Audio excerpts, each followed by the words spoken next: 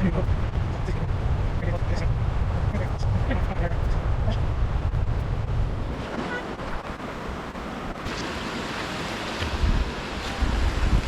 Monsieur Blue Unicorn and or his alter ego, or their alter ego, was like, you don't have to do what they want you to do, you know, just do what you want to do, if you want to do it, when you want to do it. And you know, thanks for the concern, for sure. I appreciate it. Part of this whole little experiment is trying to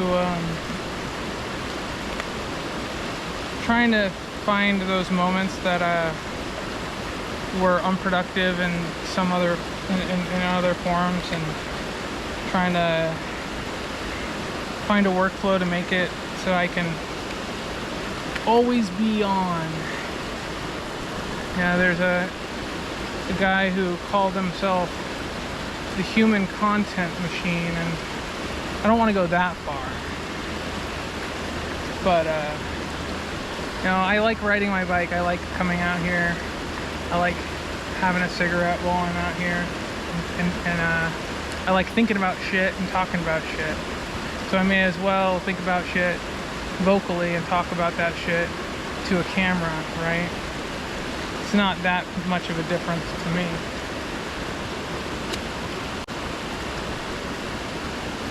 And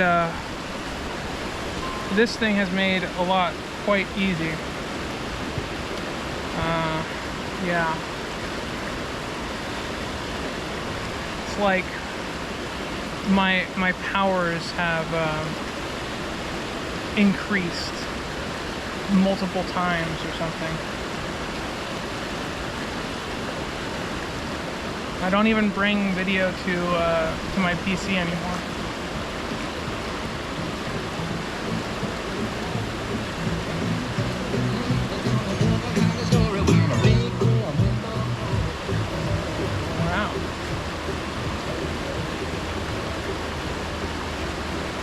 What a cool guy.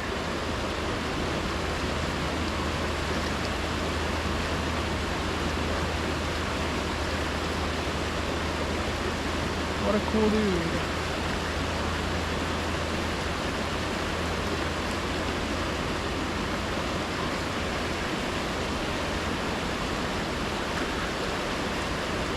I don't know if it got on the video.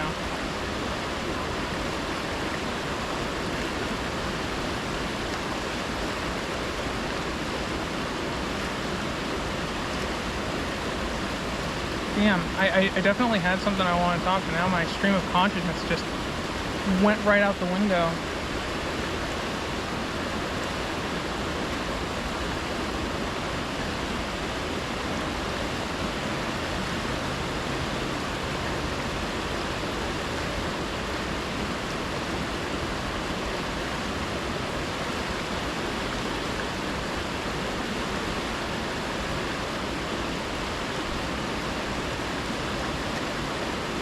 I've been collaborating with my roommate on that game. So many problems with collaboration. Like, she's a less experienced programmer by a lot. But as far as Godot goes, I've just been doing some tutorials, and that's all I really know. I have some knowledge from Unity, and she has some knowledge from Unity too. And it's not quite transferable, but a lot of the interface is inspired by Unity. Unity kind of set the standard for node-based kind of hierarchical game design, as far as I know. Maybe Unreal did it first. I'm not sure. But it's definitely the way things kind of are now in terms of game programming. I mean, even Game Maker had stuff like that too. But like, she decided she wanted to change the sprites without telling me after I had already done things with those sprites. So then it's like, well, shit, now all of that stuff that I did is completely gone.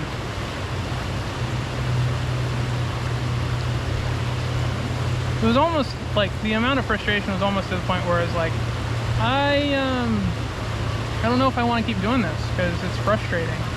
But I know that the frustration comes from, like, you know, I have ideas, she has ideas, and those ideas don't really collide, or they don't really mesh well. And I need to be better at collaboration. That's been one of my big failings, is isolation. Isolation is a bitch.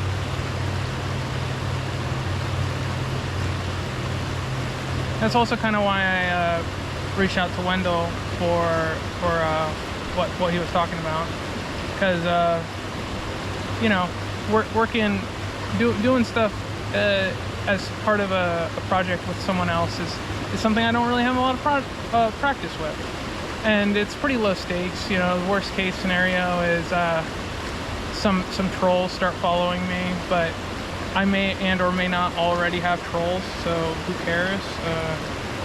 You know, you never really know.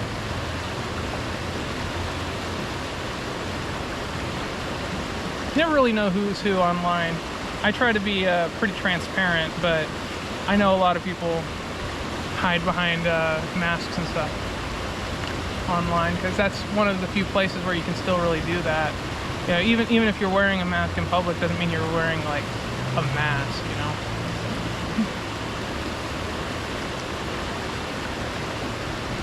And this whole posting things again is an effort on my part to, despite my not really, I wouldn't call it I really wouldn't call it what is it called? Paranoia about online, because the things that I'm paranoid about are true. You know, I know that this thing is monitoring everything that I like do and say. I know that this thing is probably connected to the internet and broadcasting some kinds of signals to the cloud. It probably has a backdoor from the NSA. Hello, NSA agents. You know, stuff like that. But despite that, I don't want to live in that world of fear and paranoia, even if it's true and real.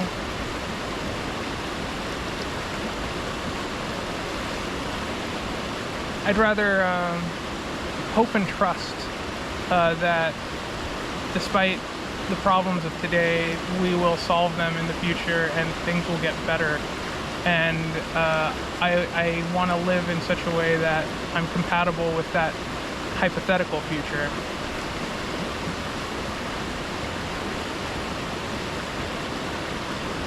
So, you know, if it has to be now and I have to be monitored and possibly censored for those things, that's fine.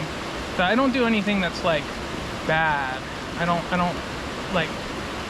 don't try to be too edgy with it. You know, I'm not gonna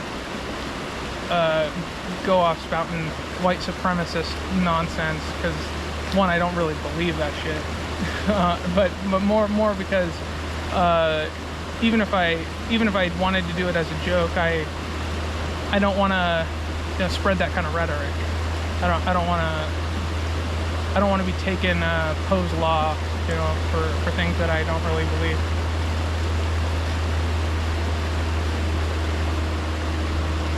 Poe's law, by the way, for those who don't know, I can't really fathom not understanding, but it's the I think it's Poe's law. Yeah, no, Poe's law is everything that's bad will be bad. It's everything that can go wrong will go wrong. That's Poe's law.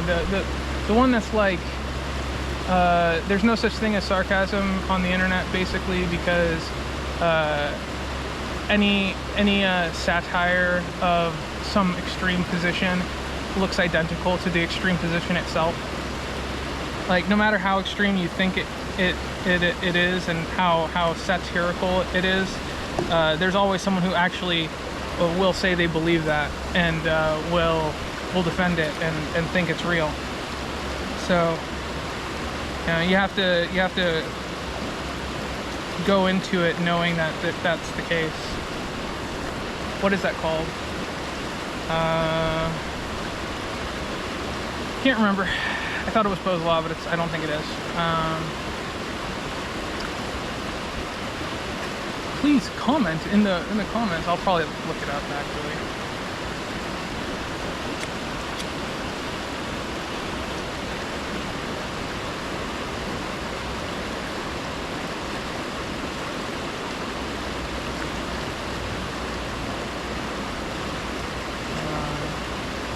Yeah, I'd rather live in a way and do the things I'm doing in a way that are compatible with a more comfy future.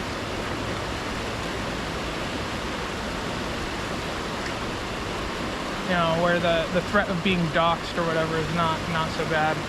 Now, I've already been completely doxxed, so I don't know if I should say that, because saying that makes it so that the information is searched by people.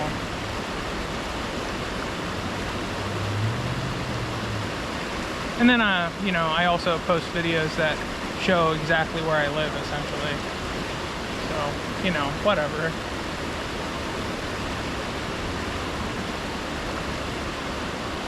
Nothing's happened. Well, small minor things have happened, but nothing serious. You know, I guess at the point where I become like a actual target because I have more than 2 people following me. That's not true. I know I have more than that. More than 10 people following me. At the point where I have enough people following me that's where it becomes a problem. I don't know, maybe I'll just have to delete the channel or something. Although at that point, I'm sure everything will have been backed up.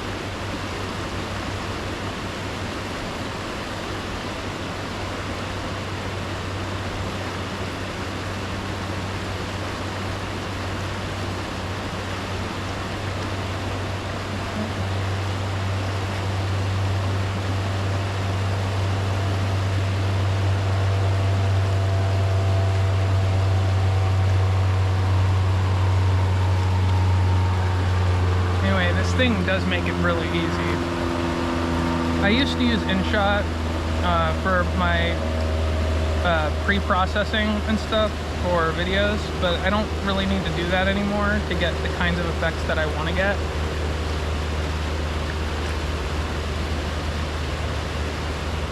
So that's good. I like being able to do it easy. There's a few things that are kind of annoying, like rotating videos. I have to do that outside of iMovie. It's an iPhone, by the way.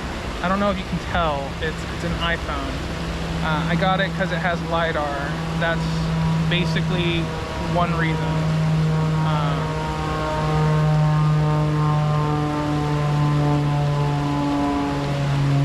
So it is able to maximize those moments where it's like I have 10 minutes where I'm not really doing anything. Oh, I've recorded 5 things because I've gone on 2 walks today, and so I have those things. I can just throw them in the iMovie timeline and apply whatever little filters or whatever I want to it, and then you know, when I have to get up and do something else, or when I'm no longer unoccupied, then I just stop and I can go about doing something else.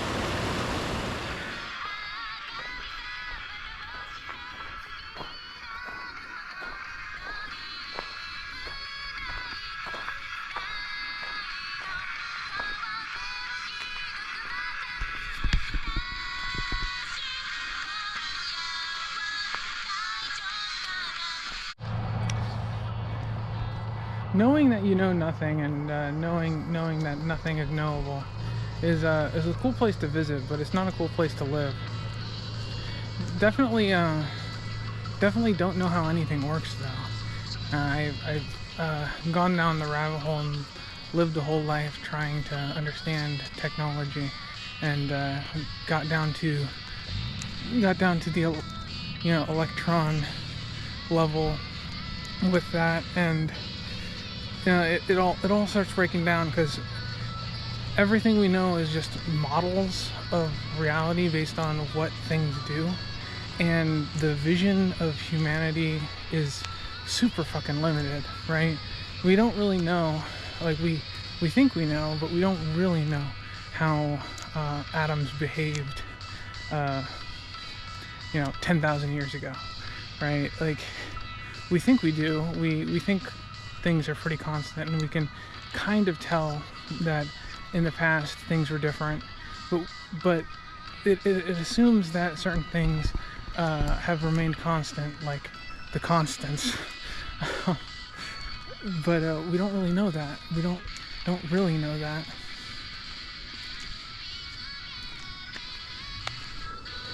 I mean, like, gravity seems kind of tacked on, right? This force that pulls matter together. It arrived later in the game of the universe, almost as if just to create stars and planets from the chaos that existed before. And if that's the case, then who knows what kind of tweaking has gone on and what kind of future tweaking may occur. And this is why I mentioned in a comment before that I'm not really sure that electronics are going to exist even to the end of my life, because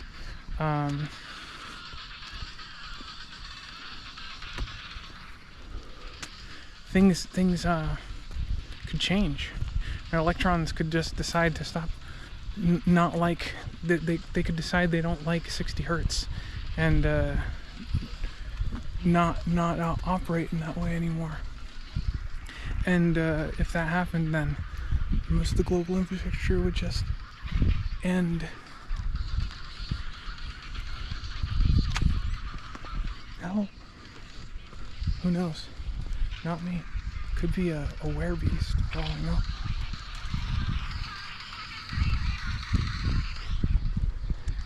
Definitely creepy.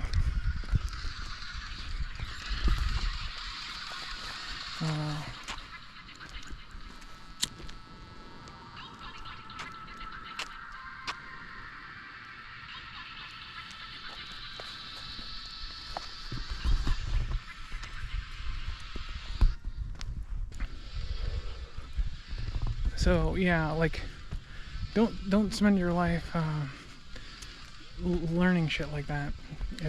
It's better to just interpret it all as magic, because you'll end up at the same place, right? Like, right now I basically view this thing I'm holding as some kind of magical arcane device inscribed with literally golden pathways that happen to allow for the kind of communication that I'm doing. And why is that different than viewing it as like literally magic? It's not. Now, if you want to learn that magic so that you can create your own shit, that's a totally different thing. But if you just are satisfied with using it and using it to whatever ends you have, then yeah, there's really no point.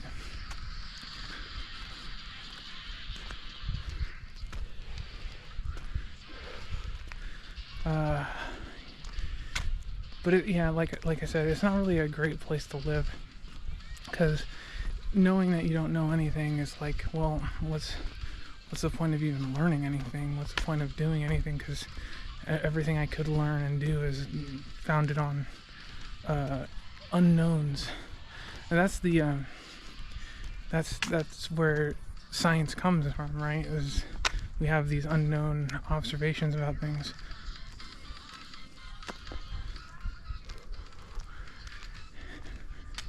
You know, a lot of spirit science or whatever kinds of conspiracy, at least held to be conspiracy theories, say stuff like, well, the Egyptians had technology that was at least somewhat on par with ours, and we don't have any record of it because it's all gone now.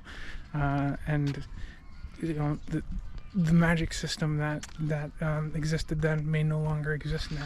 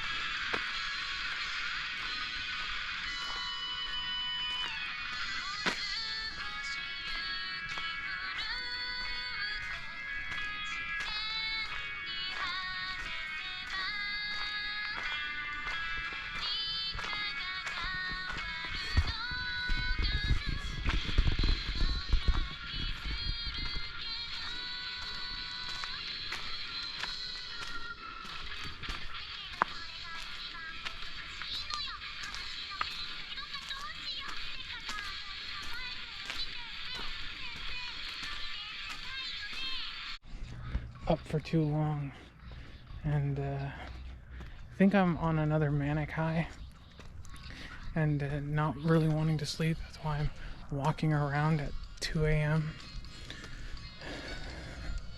It's fun. I enjoy my night walks. I'm glad I live in a place where I can walk around at night and relative safety.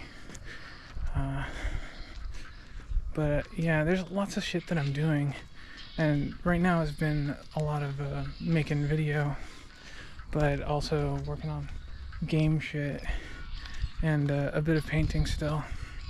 I reuse a couple of my canvases already. I don't know how I'm gonna keep going. I've said I should do stuff on paper again, but I don't know. I like the paint and colors and stuff, and it's kind of boring drawing on with just pencil. That's not true. What the fuck am I talking about? I don't really believe that. I just like just in an acrylic vibe. It's fun learning new things and spending time doing that shit. Hopefully I can get back on a writing vibe again. I almost did it today. Brought out my stuff outside. Maybe that's what I should do when I get home.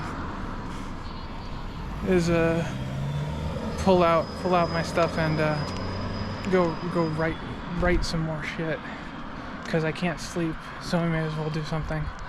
And writing is fun.